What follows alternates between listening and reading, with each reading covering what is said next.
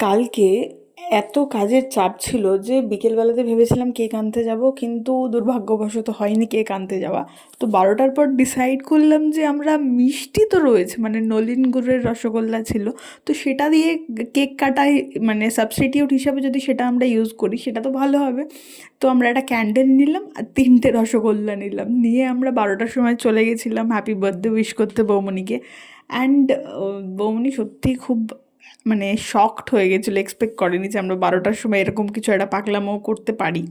তো যাই হোক, আমরা গেলাম, হ্যাপি বার্থডে গাইলাম, পাবলো ততক্ষণে ঘুমিয়ে পড়েছিল।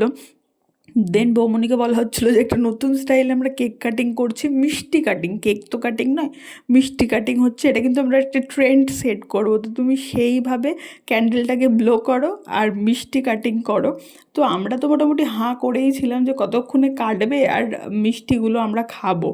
মাও ছিল, মাও চলে এসেছিলো পার্টিসিপেট করতে। দেন পুপুন কাটার পরে আগে মাকে খাওয়ালো, দাদাভাই খাওয়ালো, আমরাও টার্ন বাই টার্ন খাওয়ালাম, কিন্তু আমাদের টার্নের জন্য ওয়েট করছিলাম আমরা। তো এই মাঝে মধ্যে এই জিনিসগুলো না খুব স্পেশাল ফিল করায় হয়তো মেয়েদের।